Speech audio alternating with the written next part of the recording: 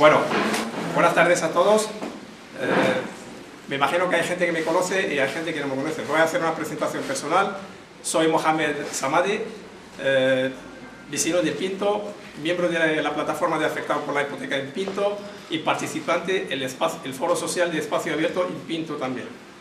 Bueno, en primer lugar, agradeceros vuestra asistencia en este acto y también agradecer, como no puede ser de otra manera, agradecer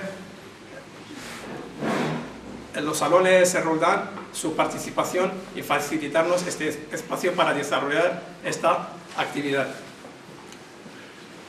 Como debemos también agradecer a la formación local, Movimiento Izquierda Alternativa Mía, en hacer posible este encuentro. Yo personalmente, sobre la iniciativa ciudadana Podemos, solo puedo decir que surge como una marcha por la democracia participativa y real. Es más, es un paso, a mi juicio, es un paso necesario que cuenta y necesita la unidad popular. ¿Por qué?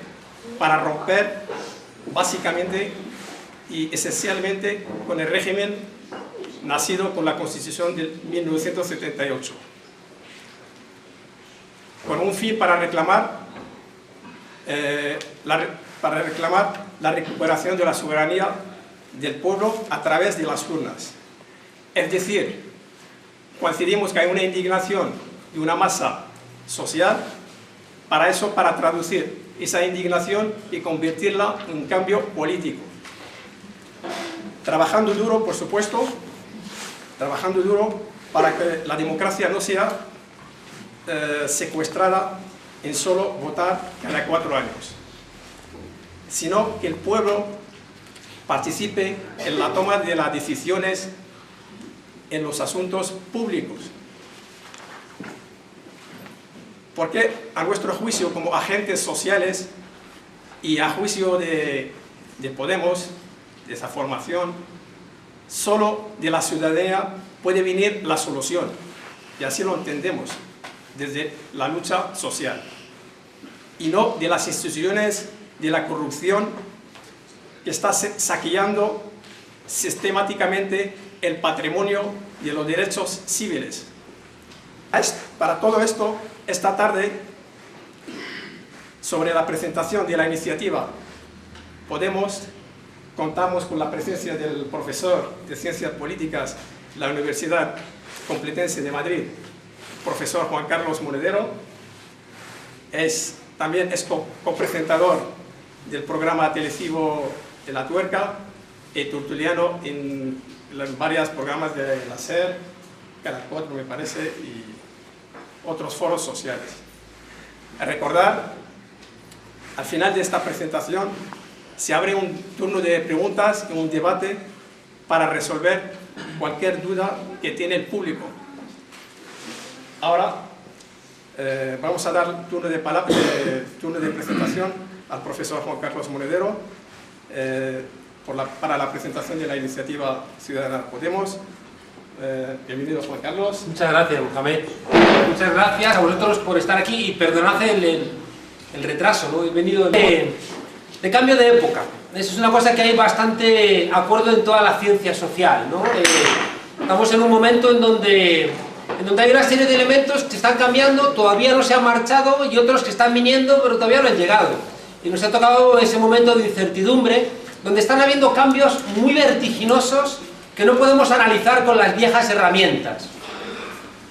Hablamos de crisis. Crisis es un concepto que viene del griego, de la medicina, significa decisión, y hace referencia a cuando un cuerpo enfermo o sana o muere. Es el momento crítico, ¿no? El momento decisivo. Y Gramsci, que era pensador y secretario general del Partido Comunista Italiano, en un tiempo en donde los secretarios generales de los partidos comunistas eran también grandes intelectuales, ¿no? Gramsci decía que los tiempos de crisis son tiempos en donde lo viejo no termina de marcharse y lo nuevo no termina de llegar. Estamos en un momento histórico, no solamente en España, sino en todo el mundo, en donde hay una serie de elementos que están transformándose muy rápido y eso que servía a nuestros mayores para identificar cuál era su vía de actuación en el mundo, a nosotros ya no nos vale. No significa que hayan desaparecido, siguen ahí, pero sin tener esa misma fuerza, ¿no? Fijaos que yo suelo contar que hay como 4 o 5, lo llamo marcadores de certeza, ¿no? Que son como los elementos que orientaban nuestras sociedades, y que si no somos capaces de darnos cuenta de que ya nos sirven para organizar nuestra vida, vamos a ser, en otra metáfora que me gusta usar, la mosca que choca y choca y choca contra el cristal y nunca es capaz de avanzar. La izquierda durante mucho tiempo ha repetido la tesis 11 sobre Feuerbach. La tesis 11 sobre Feuerbach dice que los filósofos han interpretado de manera diferente el mundo, y de lo que se trata es de transformarlo, ¿no? Ahora bien, mi tesis central, y que es también lo que me llevó a poner en marcha junto con otras compañeras y compañeros esto de Podemos, la tesis principal es que ya no podemos transformar el mundo sin volverlo a interpretar. Es imposible que con las herramientas analíticas viejas, con el pensamiento viejo, podamos transformar la realidad. En la discusión con este señor, yo planteaba que por vez primera en la historia el desarrollo tecnológico ya no genera empleo, ¿no? Y eso es una cosa que es prácticamente evidente. Fijaos que eso se traduce en nuestra vida cotidiana, en que prácticamente cosas que antes las hacían personas, en trabajadores, hoy nos las hacemos nosotros mismos, desde cobrarnos en el supermercado, echarnos gasolina, sacar dinero del cajero, hacer gestiones por internet, etcétera, etcétera, etcétera, ¿no? Y es verdad que el desarrollo tecnológico ya genera máquinas, ¿no? Son máquinas produciendo máquinas, de manera que pues hay evidentemente una menor necesidad de gente trabajando. ¿Sabéis cuál es la conclusión? La conclusión es que si tú sacas las consecuencias correctas del hecho de que el desarrollo tecnológico destruye ya necesariamente empleo, no puedes asumir que se alargue la jornada laboral, sino que tienes que plantear que la jornada laboral tiene que reducirse, y que tiene que reducirse la edad de jubilación en vez de alargarse. ¿Por qué? Porque la conclusión es que hay menos empleo, y si hay menos empleo tendremos que repartirlo entre los que somos. Y la segunda conclusión correcta que sacas del hecho de que el desarrollo tecnológico destruye ya de una manera neta empleo, es que para ser ciudadanos y ciudadanas ya no basta solamente el hecho de tener un empleo, sino que vamos a tener que complementarlo seguramente con una renta básica, donde cualquier persona de nuestras sociedades, para poder tener una vida digna, va a tener que complementar su renta con un apoyo colectivo a través, ya digo, de esa condición de renta básica. Lo que es que si tú aplicas las viejas herramientas de análisis, por ejemplo, del pensamiento crítico, que ha centrado nuestra condición de ciudadanos en el hecho del trabajo, en el hecho laboral, estamos con una pelea donde no entendemos nada. No vamos a entender, por ejemplo, las dificultades que tienen los sindicatos para hacer su tarea.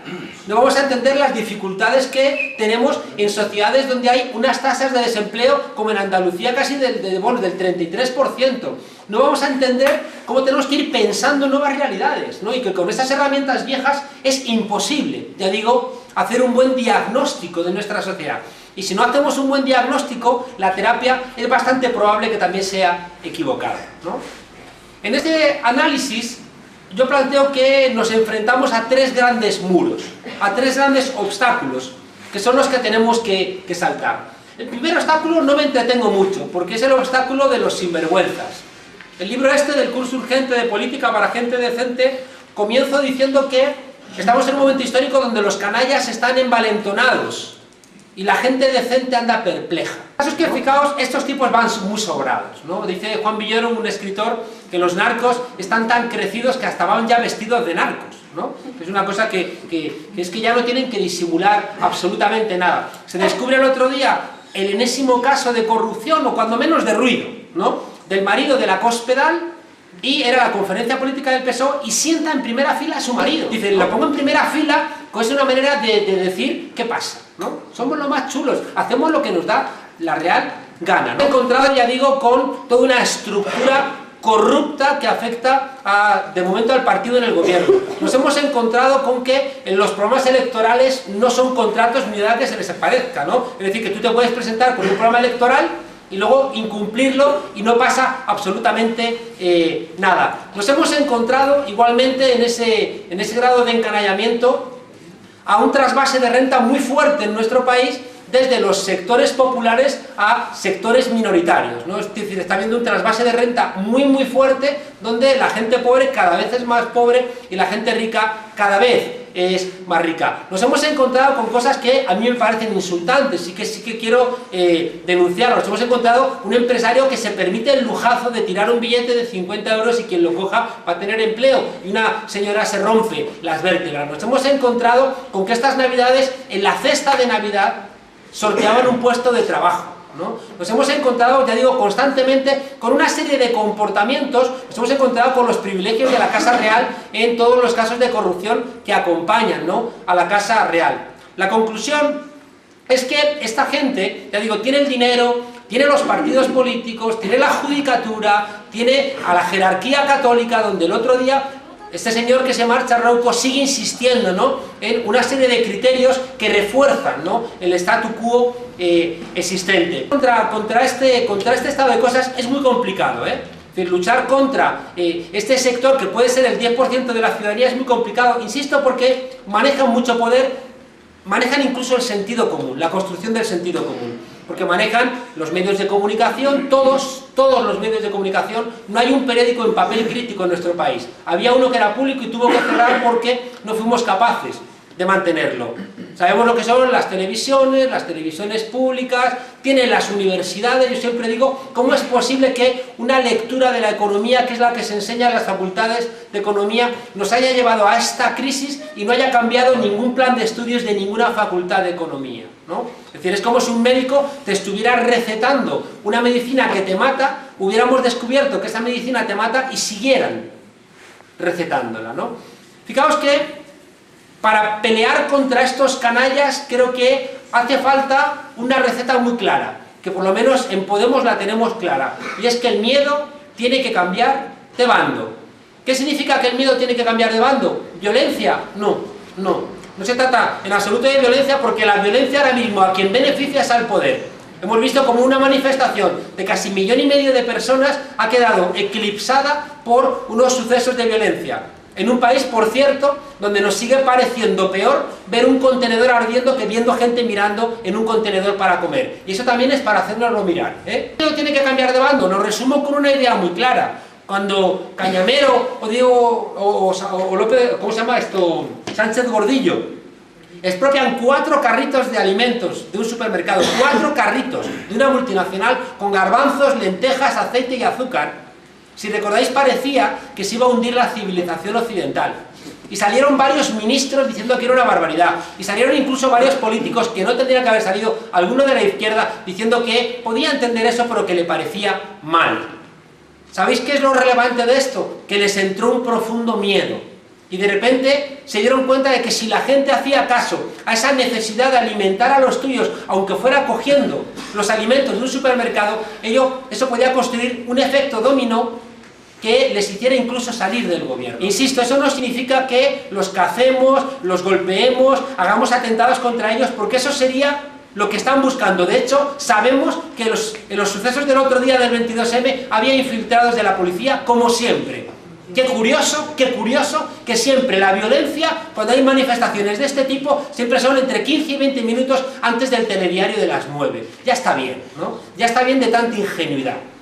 Por tanto, ya digo, cuando planteamos que el miedo tiene que cambiar de bando, es que tenemos que hacerles ver que enfrente hay una indignación con una creciente voluntad de que las cosas ya no sean así. Y frente a esta gente que quiere hacer de España una España de los santos inocentes, donde las mujeres seáis la regula, que aceptéis todo lo que mande el Santísimo, y los hombres seamos Paco el Bajo, que nos pongamos a 4 patas a husmear perdices para contento y solaz del señorito, te digo, mientras que esa gente quiere construir esta España, tenemos que plantarles enfrente que todo tiene su límite, y que ese límite está llegando, ¿no? Insisto, no es una violencia física, pero sí que tiene que servir para que ellos vean, ¿no?, que estamos llegando a un punto de no retorno y que hay algunos que no estamos dispuestos a seguir soportando determinadas situaciones.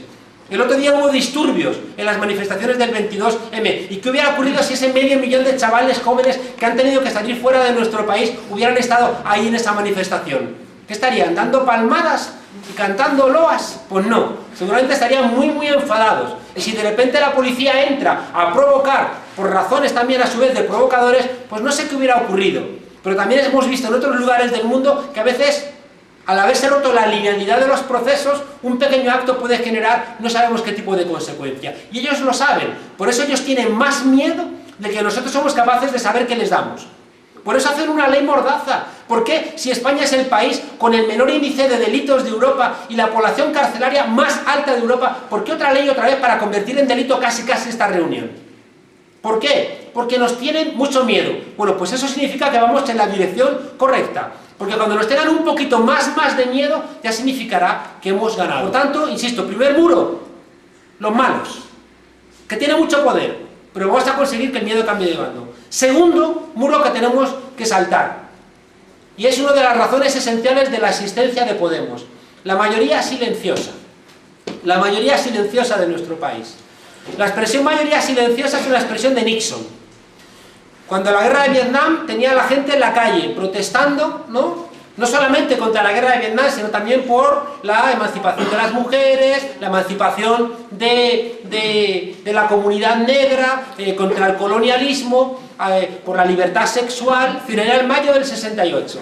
Y Nixon y sus asesores dicen, vale, hay ahí gente protestando, pero son los perroflautas de siempre. Aquí lo que realmente hay es una mayoría silenciosa que está en su casa. Por tanto, lo que hace mi gobierno está bien. Que es lo que acaba de repetir hace poco Rajoy, siguiendo el mismo argumentario. Bien, el problema importante es, ¿qué hacemos con la mayoría silenciosa? El planteamiento que tenemos algunos es que la mayoría silenciosa tiene razones profundas para ser mayoría silenciosa. Dicho de otra manera, o entendemos por qué la gente no está con la transformación, o entendemos por qué, pese a que el 90% de la ciudadanía está sufriendo los embates de una manera u otra, de esto que lo llaman crisis, o bien porque no llegan a fin de mes, o porque han perdido el puesto de trabajo, porque no tienen dinero para pagar la universidad de sus hijos o el colegio, porque tienen que retrasar el gasto sanitario o cualquier otro tipo de gasto porque a ver si el mes que viene la cosa viene un poquito mejor, ¿no? Eso es un 90%, en cambio no están con la transformación. O entendemos por qué esa mayoría silenciosa no está con la transformación, o, insisto, vamos a ser la mosquita dando golpes contra el cristal sin ser capaz de buscar una alternativa. Claro que esta mayoría silenciosa tiene tres grandes razones para ser mayoría silenciosa, ¿no? Pensad que al principio os he dicho que estamos en un cambio de época, donde hay una serie de elementos que antes nos orientaban y ahora ya no nos orientan, esos marcadores de certeza que simplemente os los menciono. Uno es el mundo del trabajo. Durante mucho tiempo, durante los últimos 100 años, hemos sido aquello en lo que trabajábamos. Nuestro espacio vital estaba vinculado a nuestro espacio laboral. Nosotros éramos, en el espejo social, aquello en lo que trabajábamos. Lo que podían hacer nuestros hijos, nuestra pareja, hacia dónde íbamos, nuestras perspectivas de futuro estaban vinculadas a nuestra condición laboral, y por eso me gusta siempre tanto poner el ejemplo de la película Full Monty, ¿no? Donde unos parados de larga duración de la Inglaterra de Margaret Thatcher hacen un striptease masculino, ¿no? Como una forma de decir, si no tengo trabajo estoy en bolas, estoy desnudo, no tengo absolutamente nada. Bueno, pues hoy en Europa un trabajo ya es que ya no llega ni a los 2 años, lo cual implica que esa certeza social que teníamos vinculada al trabajo ha desaparecido. Y por tanto, ya digo, ese lugar que también los partidos políticos de izquierda, los sindicatos, lo utilizaban como el elemento de referencia, si es que ya no vale. Bien, el mundo del trabajo se ha ido al carajo, la religión, que antes nos orientaba, pues ya no sirve. Es decir, la religión antes daba la moralidad a nuestro comportamiento, hoy la religión eso ya no sirve. No, está ahí la iglesia, pero tú no aparcas en doble fila porque le hagas una perrería a alguien, sino porque se lleva el coche en la grúa, ¿no?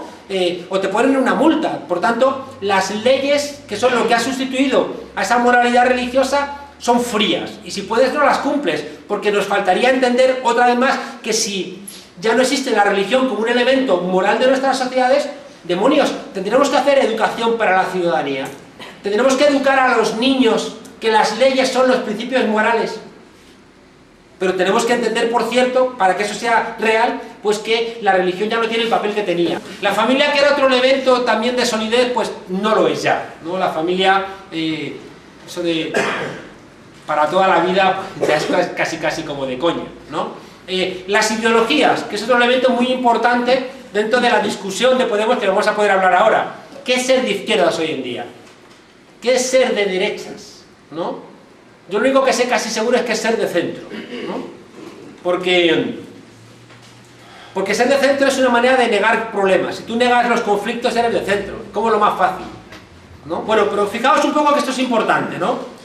Mayoría silenciosa, primer problema que tiene, la perplejidad. Hay un mundo que se ha marchado y todavía no ha llegado la sustitución. ¿Sabéis por qué hemos sustituido a los partidos, a los sindicatos, a las ideologías, a la iglesia, a la fábrica, al trabajo, al sindicato? Se dio cuenta Pierpaolo Pasolini en los 70, lo hemos sustituido por el consumo, por el consumismo. Y es un elemento central que tenemos que entenderlo.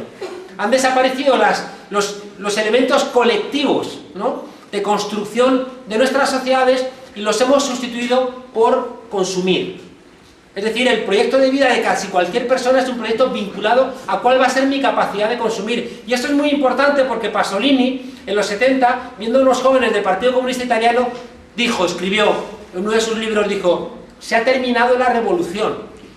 A esto les interesan más los Beatles que la revolución, ¿no? Y por tanto, ha cambiado la cosa, ¿no? Y por tanto, él se quedaba muy consternado porque se dieron cuenta de que ese elemento revolucionario que había acompañado al discurso de la izquierda, pues había sido sustituido, ya digo, por esta promesa de consumo. Estás triste, compra; estás aburrida, compra; no sabes qué hacer con tu vida, compra, ¿no? Y si eso no te parece lo suficiente, fijaos que en todas las librerías crece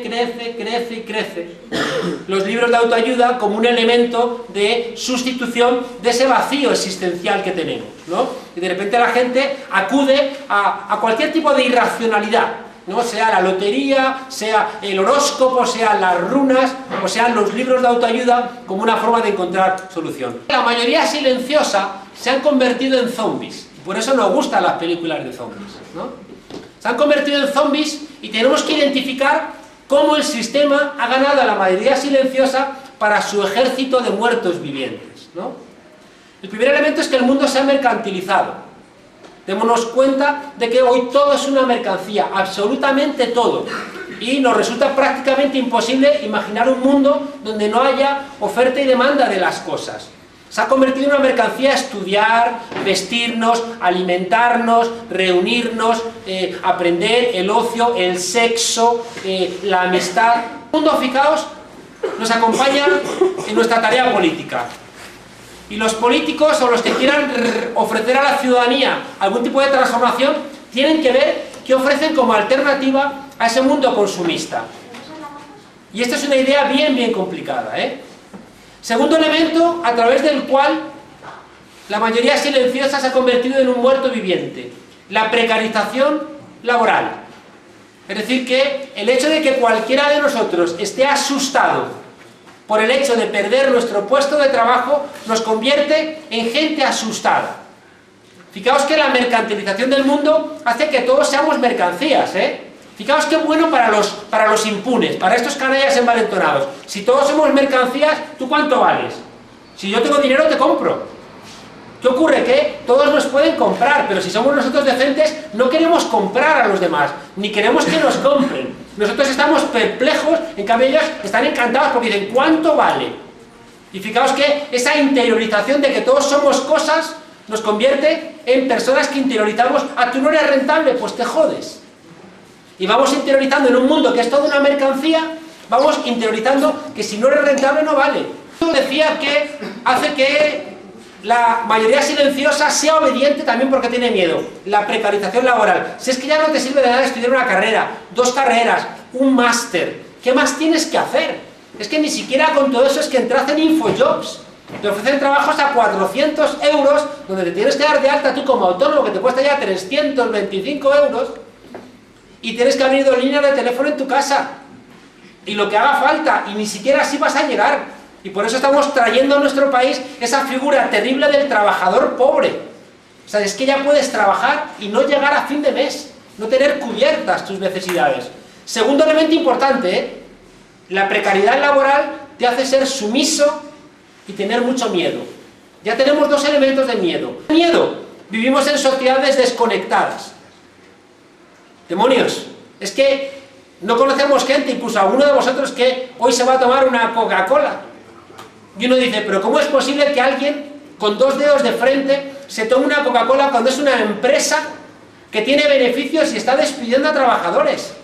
Es que si estuviéramos conectados, seríamos capaces de entender que es inconcebible que una empresa que está ganando mucho dinero despida a trabajadores. No sería tolerable. Es decir, que la crisis se convierte en una estafa donde nos están argumentando con la crisis, con la precariedad laboral, y nos están impidiendo conocer realmente cuáles son las realidades de las cosas para explotarnos más y más y más. La desconexión, fijaos, hace que no solamente no sepamos quién es el vecino que vive arriba, sino que no sepamos cuáles son las conclusiones de las cosas, ni las causas tampoco de las cosas. En Madrid nos hemos enterado de la basura que producimos porque hubo una huelga de basura. Si no, ni por asomo, ¿no?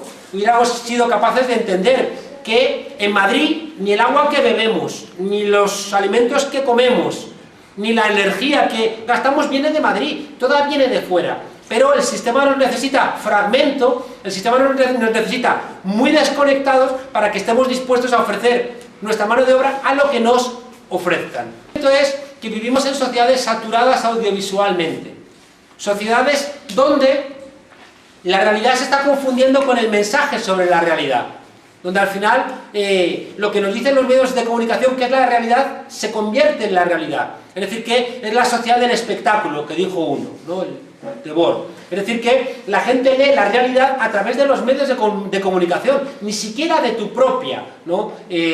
Realidad. ¿Y qué ocurre? Que nos están robando las palabras. ¿Por qué hacemos eso? Porque tenemos miedo. Fíjese, o fijaos la conclusión. El segundo muro que tenemos que saltar, el de la mayoría silenciosa, tiene enfrente una gente a la que le están diciendo los medios de comunicación constantemente que no hay alternativa, que las cosas son así, que está bien que sean así las cosas, ¿no? Y que constantemente les repiten hasta construir un sentido común de que esa es la vida, ¿no? Hay un bombardeo que recibe esa mayoría silenciosa que sobre todo tiene como mensajes delega, delega, delega, mantente atemorizado, no pienses que hay alternativas y vive de alguna forma en esa cápsula. Conclusión de este segundo muro. Fijaos que os he dicho que el primer muro lo saltamos logrando que el miedo cambie de bando. El segundo muro, y esto es súper importante porque esto es el corazón de Podemos, el segundo muro lo saltamos con dos cosas. En primer lugar, rompiendo el sentido común de esa mayoría silenciosa. Y ese sentido común de la mayoría silenciosa solo lo vamos a romper, fijaos, emocionando a la gente, ayudándoles a desaprender y convenciéndoles de que tenemos que reaprender las cosas de una manera colectiva. Por tanto, si queremos vencer esa reticencia de la mayoría silenciosa a salirse de ese sentido común que le ofrece el sistema, ¿qué le ofrecemos a cambio? ¿Regañarles? Cuando ellos les dicen, el sistema le dice, si tú tienes dinero vas a ser el dueño del mundo. ¿Qué les ofrecemos a cambio? Dice Damasio, ya digo, citando a Spinoza, que para vencer esa emoción que genera el sistema, tenemos que construir una emoción diferente a la altura de esa que queremos derrotar. No ha habido nunca una revolución en el mundo, nunca, sin emocionar al grueso de la ciudadanía. Y las emociones de los lemas revolucionarios siempre han sido como sencillitas. Pan y trabajo, tierra y libertad, fin de la guerra, patria o muerte, es decir, lemas sencillitos, pero que emocionaban a la ciudadanía. ¿Por qué insisto en la emoción? Porque uno de los componentes que ha venido a poner Podemos en el panorama político de nuestro país ha sido la capacidad de volver a emocionar a la gente. Imposible, si no emocionamos otra vez, va a ser imposible que rompamos ese hechizo que tiene la mayoría de este país con este mundo del consumo. Al mismo tiempo, tenemos que ayudar a la gente a desaprender el discurso generalizado. Hay que ayudarles a desaprender que es mentira, que no hay alternativas. Hay que ayudarles a desaprender que es mentira que no haya dinero para una renta básica. Hay que ayudarles a su vez a desaprender, con ayuda por ejemplo de la historia, cómo siempre el poder nos ha dicho que cualquier tipo de cambio era la ruina. Si para saltar el primer muro el miedo tiene que cambiar de bando, para saltar el segundo muro necesitamos volver a emocionar, ayudar a desaprender y construir colectivamente un nuevo relato. Y el tercer muro, solamente lo enuncio para que podamos discutir, el tercer muro es el muro de nuestras propias contradicciones. El muro que tradicionalmente han tenido las fuerzas políticas, pues digamos de la izquierda, aunque es una expresión que cada vez me gusta menos, ¿no? ¿Qué hacemos con los problemas que atañen a las fuerzas políticas supuestamente emancipadoras? Bueno, pues este muro tiene tres preguntas que responder. La primera pregunta es, ¿por qué demonios seguimos tan fragmentados? ¿Por qué demonios seguimos, ya me cansa decirlo del Frente Judaico de Liberación y el Frente de Liberación Judaica, ¿no? Pero ¿por qué con la que está cayendo no encontramos razones para juntarnos? Porque si somos el 90%, parece que somos el 8%, ¿no? ¿Cómo es posible que eso ocurra? Segunda pregunta del muro este que tenemos que saltar es ¿por qué demonios las fuerzas políticas que tienen que emancipar o ayudar a emancipar del sistema han terminado mimetizándose con el sistema? Es decir, ¿por qué el régimen del 78, el que nace de la Constitución y esos consensos que nos han permitido, bueno, vivir en estos últimos 30, 35 años, ¿por qué si esos consensos están rotos, y están rotos, está roto el consenso de la monarquía, está roto el consenso de los partidos políticos, veamos la nota que le ponemos a los políticos, está roto el consenso sobre que todo lo que viene de Europa es bueno, está roto el consenso de los jueces, están rotos prácticamente todos los consensos. Sin embargo, ¿por qué las fuerzas políticas que tendrían que estar encargadas de construir los nuevos consensos se contentan con tener un tanto por ciento pequeñito de los votos que solamente sirve para que ellos sobrevivan y a lo sumo para apuntalar a uno de los dos grandes partidos del régimen? Por tanto, otra pregunta que tenemos que responder: ¿qué hacemos con esa mímesis de las fuerzas transformadoras con el régimen? Y la tercera pregunta de nuestras contradicciones que tenemos que saltar es la que tiene que ver con algo que es muy importante entender. Mirad, sabemos en la ciencia política que siempre primero es el movimiento y luego es la expresión política del movimiento. Hemos tenido hace 3 años el movimiento social más poderoso que recordamos, el 15M. Y el 15M todavía no ha encontrado dónde poner ese vapor, en qué turbina, para poner en marcha ninguna máquina de transformación. ¿Cómo es posible que 8 de cada 10 españoles estuvieran de acuerdo con los presupuestos del 15M y no hayamos sido capaces de transformar toda esa presión popular en transformaciones políticas? Bueno, pues eso nos emplaza también a dar una solución. Termino con la receta.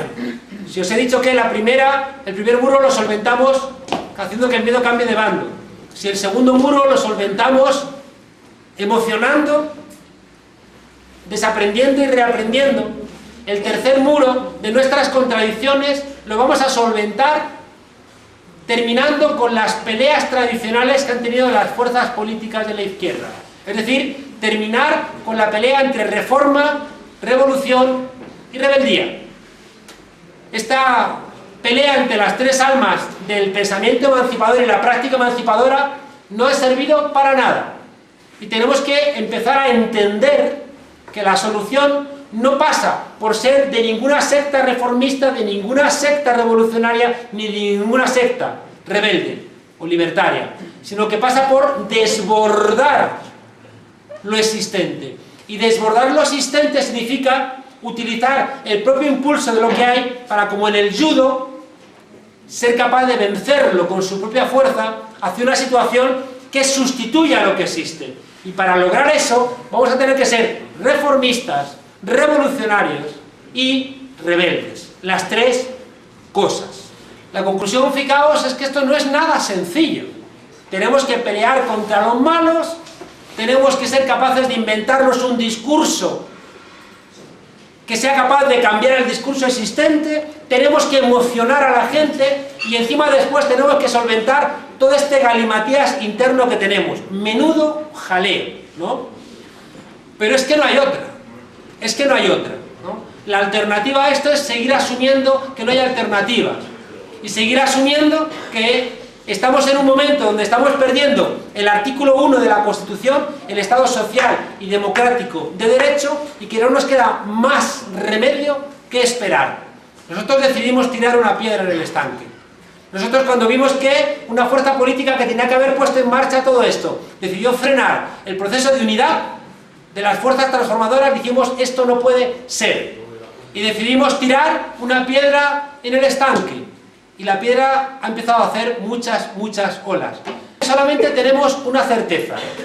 Somos conscientes de que Podemos nació con un déficit democrático fortísimo.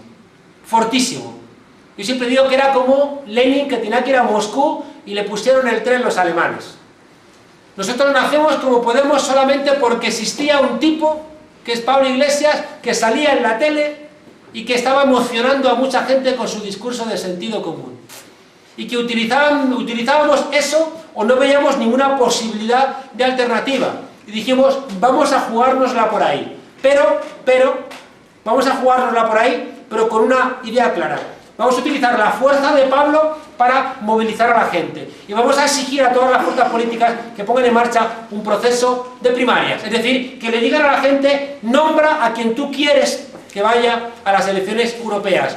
¿Por qué hacíamos eso? Porque sabíamos que empezábamos a mover las estructuras de unos partidos políticos que están cartelizados, unos partidos políticos que tienen profundas dificultades para conectar con la calle y que prefieren ser cabeza de ratón antes que cola de león, porque como cabeza de ratón ellos mandan, pero como cola de león igual pierden el control, y como ya viven de esto, como ya se han hecho profesionales de la política, como tienen como única perspectiva laboral la política, pues prefieren quedarse en su pequeñito feudo. Asumimos que la única manera era volver a emocionar a la gente. Y por eso pusimos en marcha este proceso lleno de contradicciones, insisto, pero contradicciones que expresamos desde el primer momento. Sabemos que nacemos así, pero sabemos por qué nacemos así, porque si no fuéramos tan débiles, no hubiéramos nacido con esta necesidad de recurrir a un tipo por su carácter mediático. Somos conscientes de esa debilidad, pero por eso le dimos a los círculos de Podemos